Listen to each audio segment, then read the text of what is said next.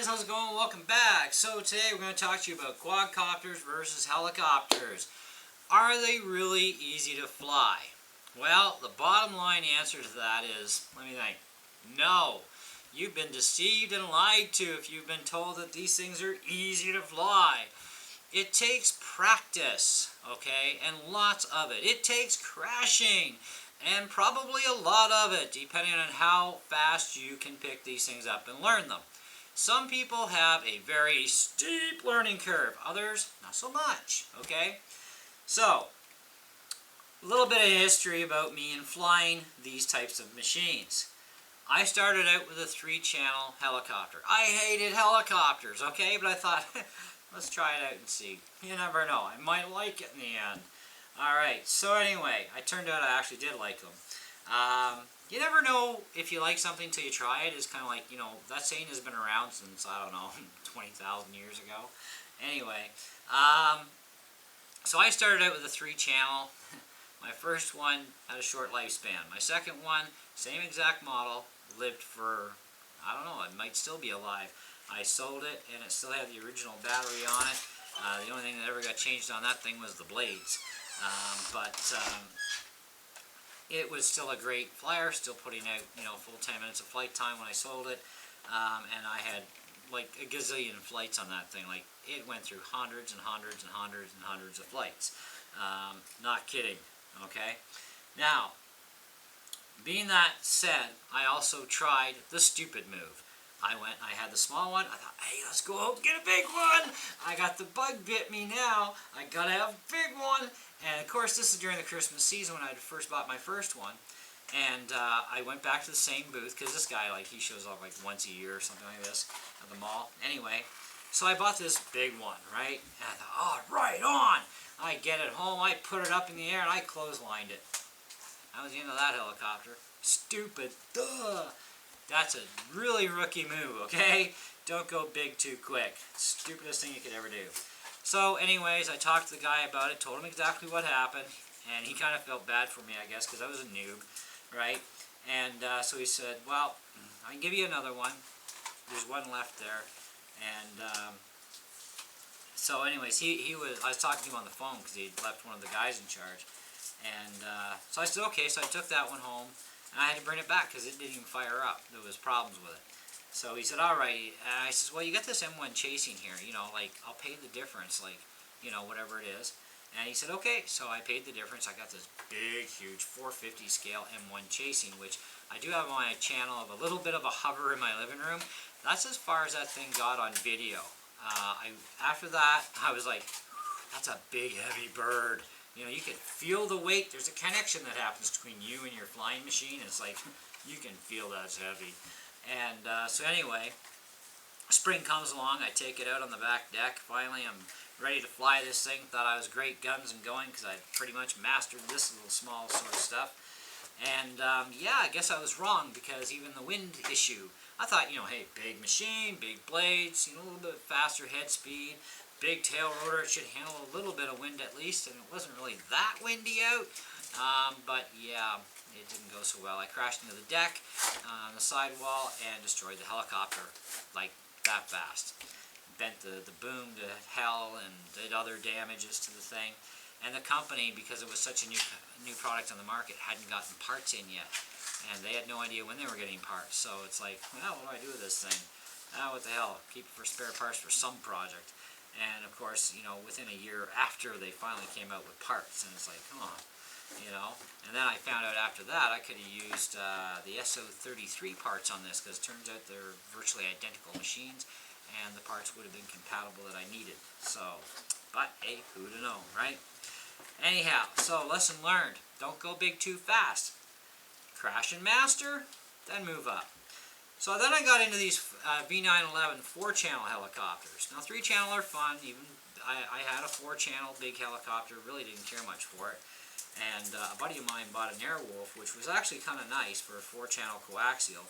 And I got a chance to fly it a little bit, and it's like, it's kind of not bad, you know.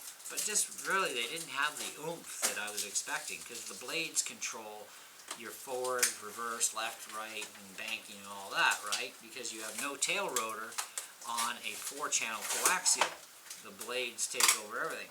Well, then you get into these single blade fixed pitch tellies with a little fly bar on top, and the inherent problem you find with any helicopter that has a balance bar or fly bar on the top, whether it be a single bladed fixed or collective pitch, or whether you even have 3-channel or 4-channel with one of these coaxials with a balance bar, is you end up with blade slapping or fly bar balance bar slapping that can happen in those types of helicopters, even in the 6-channel range stuff, and that just gets right nasty. And so when you try to do something really aggressive, unless you're really damn good, which I have not seen anybody successfully do any wicked flying other than a few people with a 6-channel collective with a fly bar where they've successfully been able to 3D it. Yeah, it's going to cause you some problems, so you need flight sim time in that case. But even those are going to be prone to blade slap issues that can happen. Loss of control is a lot easier to happen when you have a balance or fly bar on the top, even on these single bladed machines. So yeah, they're nice, but fly barless is definitely the way to go on a helicopter, and that's my next stage up for a helicopter, is to get a fly barless machine. I'm just going to go straight into a 6-channel 3D collective pitch, only because I find there's no point in going 4-channel for me in a fly barless, just because I'm more than ready to just jump from this point into the 6-channel fly barless 3G helicopters. But I am going to start it with a smaller one. I'm looking at the B977. It's been around a long time. It's said to be one of the easiest ones to fly for 6-channel 3D, and doing 3D on it is actually pretty simple in comparison to the more advanced and larger scale ones too, but they still recommend flight simulator time. And so yeah, I'm going to be spending a lot of time on a flight sim, because I'm going to fly it in a 4-channel mode for the first while. I'm not even going to bother trying to flip upside down or do TikToks and that right away, because that's just dumb. You know, when you're not ready to do that, you got to learn the helicopter first, because now I'm going to be dealing with excessive head speeds, more than I've dealt with before. Okay, and for that, even flying as a 4-channel setup, even though it's a 6-channel machine, it's still going to be tricky to learn, and it's still going to require simulator time. And they always recommend, anytime you move into something more advanced like that, you want to spend time on the flight sim. Okay, same as if you're going to pilot an airplane, you need flight simulator time first. I mean, takeoff's not bad, flying's pretty easy to a certain point, right? But landings can be the bugger, and if you have to dead stick land it, you need to know how that works and how to do it. So I have a flight simulator I've been learning with the keyboard, but I need to get one of the radio sticks, right, so it's more real. But I can now dead stick land jets and biplanes, a few others, no problem on a keyboard. Now I got to try it with one of these controllers on my computer and see how well I do. And also, like I said, learn that 3D helicopter stuff in 6-channel on the computer first before attempting any kind of real stupid stuff. Now, getting into the quadcopters. I want to try and keep this video, short but informative. Quadcopters, or multi-rotor helicopters, basically is what they are. These are much easier to fly, I find, than a helicopter is. Okay, they are a lot more stable, they hover a lot easier. If you go into a steep dive, no matter which direction you're going in that dive, you can pull out of it very easily and very successfully without crashing. Okay, so for an example, if I take my V911 here, and I'm on the high rates, and I'm just motoring for all it's worth, and I all of a sudden jerk the stick back to do this sort of a move. Well, I'm not only going to do this, I'm going to do this, and then I'm going to go, and, maybe 1 in 20 times you might recover it and not crash, depending on how high you are at the time. At least with these things, you can recover almost every single time. You just have to time things right when you do your maneuver to do that, and you're good to go, okay? Now for a multi-rotor, I would suggest starting out with a quad, probably around this size or just maybe half a size smaller, then learn it and master it, and then go to the next size and so on, okay, as you're ready. And this uses what's called a coreless engine. It's not a brushed motor, okay, it's a brushed type of motor. It's in between brushed and brushless, okay.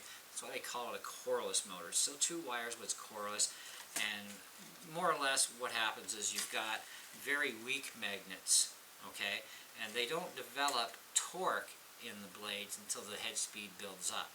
Alright, so whereas with a brushed motor you start out with torque at 0 throttle because you got very strong magnets in a brushed motor, okay, and so they're not so friendly. Now they'll still run loose if the gear mesh is right, but they're not going to go anywhere near as loose as this.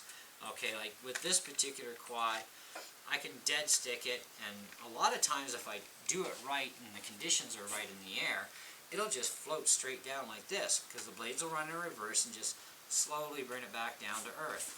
Other times it tumbles and twists, and which is the majority of the time. But I can recover this by just hitting the stick, and it straightens itself right out, boom, really fast, because it has a 6-axis gyro. Okay, the 4-axis gyro systems, what happens with them is you got to kind of assist them.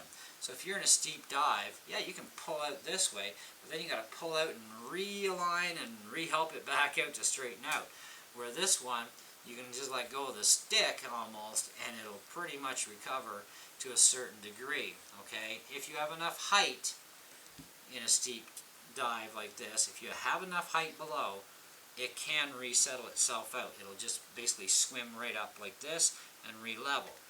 Okay, and I've done that a lot of times, so I know how that works. Okay, now when you're talking about the next level up, behemoth stuff like this JJRCH26, now this has regular everyday brushed motors, strong magnets, and you can feel it, if you take the motor out and you flick it, it has kind of like a vibration, kind of look to it when you flick the motor, and it'll spin a bit and then go kind of like that. It's like almost like having brakes in a way. Well, that's because it's a very strong magnet, and it's a regular brushed motor too. So you're not going to expect, this kind of free spin ever out of something like this. Now, although this machine does have a very tight mesh from the factory, they need to fix that flaw. It is starting to self-correct a bit here and there as I'm flying it, because I took a bit of sandpaper and jammed it under, and I just ran it to just shave a little bit off the tips of the teeth to widen the gap a little bit, and a little bit of oil in there to help with the lubrication, and these are doing much better now, and the quad is running much quieter. So I've got, this one's not bad, that's not bad, that's pretty good, and this one's still a little on the stiff side. And because of this too, before I can take off, I have to get the motor spinning up for at least 10 seconds before attempting to take off. Okay, you don't want to just try right away. I find that because of the off balancing of the tensions where I'm at right now, okay, things are a little different. But they are breaking in, they will straighten out, and everything will be normal. And I've also done dead stick before they started to break in. After I did that sandpaper trick, I dead stick dropped it to full throttle, so basically going from here to pew, and it actually worked pretty decently. Okay, although I could kind of hear a little bit of struggle there, right? But you don't start with something this big, and this is by no means a beginner quad for a first-time flyer. When you get some experience and flight time under your belt, and you don't crash something this size very often anymore, then you're, in my opinion, ready to go to this. You don't just start with this. Some people will lead you to believe that you can, but they're feeding you incorrect information as far as I'm concerned. Okay, and I've been flying for an awful long time. Okay, so, and there are other people with the same opinion as me, exactly the same opinion. One last thing before we go is going to be the little Hexacopter. Now they also make little quadcopters like this too. They're great little gifts for Christmas. Give it to the kid, and he will crash it and destroy it in about a week, maybe less. Okay. These are great for us pilots that, you know, got time in, we know how to fly already. These are great little machines for that too. I wouldn't suggest it as a first time little machine, even though it's very small. You think, well, it's very small, blah, blah, blah, blah. Okay, well, yeah, you can get all the parts for this. You can replace all the parts 9 million times over, okay? However, it is still not for the very first time user, okay? Because one thing about these little things that I found, even in the regular quad style setup, is the throttles can be a little touchy, a little sensitive, okay? Which makes them very jumpy, okay? And they're very agile too to begin with, even on their low rate setting. And some of these have 2 rates, 3 rates, okay, for different speed and agilities. And these things have some pretty wicked little head speed for little coreless motors. And flight time is actually not bad on them. But I don't think I'd recommend them as a first-time quadcopter. I'd recommend something easier, more stable to fly for a first-time quadcopter, which would be something in this size and category. And this is the WL Toys version V212, okay? 6-axis. You want a 6-axis quad if you want ultimate stability, okay? That's what I would suggest. This I would suggest for flying indoors in the winter to keep your skills up, okay? Because you don't want to fly this thing in the house unless you got a really big house, okay? So, and definitely the JGRC is not an indoor flyer by any means, except maybe in a big gym, and even at that, it better be a really big gym. Now, last and final thing before we go is how controls work. A 3-channel helicopter, you've got throttle up and down. There's no side-to-side movement, except for the exception of one helicopter I've come across. But then this left and right here, this is your yaw rate, or spin. So this way and this way. And then forward and backward. And that's how everything's done. So you're always used to, oh, I got my throttle up, forward, and I can rotate this around, so I can do forward and turning at the same time. I can do that in reverse too. Oh, that's kind of cool. So I've mastered 3-channel. Great, I got that under control. Now let's go to a 4-channel. Okay, wait a minute. I'm going side to side and it's not turning. No, it's called a banking maneuver. Okay, so where you used to turn is now called a banking maneuver, left and right. So that makes the thing go left and right. Now your yaw is on your throttle channel, up and down channel for your throttle, for your height. Okay, now your yaw is here. So now you got to work this at the same time as working this, and at the same time working these two together to do your flying and so on. Okay, so now it becomes more complex. So should you go to a 4-channel right away? No, go to 3-channel. Start with a 3-channel helicopter, work your way up. A 4-channel quadcopter is the same as a 4-channel helicopter. Okay, yaw, banking, forward, backward, and of course throttle. Okay, so if you hate helicopters, fine. Go learn a quad right away. If you figure you can pull it off, then give her a go. Many people can do that without a problem. Okay, it can happen. It is possible. Okay. If you like helicopters and you like quadcopters, why not start with a helicopter, a little 3-channel thing, learn to fly this, move up from this, go to a 4-channel helicopter or go to a 4-channel quad. Because at least if you start with something like this, even as a very beginner pilot, and you learn this, you can either jump into something like this or you can jump into something like this, because they're both 4 channels. Okay, the difference is this has got multi-rotors, and it's a lot more stable than the helicopters are. Okay, very agile and very quick too, by the way. Alright, so you've got some choices. Okay, you crash a lot less often, or less chance of crashing, when you go nosedive and then pull up, whereas something like this, you go nosedive, pull up, and you're going like, ow! Okay, unless you're high enough in the air that you can recover, and that's difficult, you know, but it can be done. So there are differences, there are things you need to really know and understand, and that's why I decided to do this video, to try and help you guys out, especially if you're a noob, you know. And I don't care how long you've been into RC for, if you've always been on land vehicles or boats and you're just getting new into flying, this would be a video for you, because you're considered a noob now, even though you have RC experience and you've never flown before, you're a noob. We all are noobs at the beginning. That's the way it goes. And we learn as we go. We suck in information into our brains. We use that information and we do our best with it to accomplish our goal.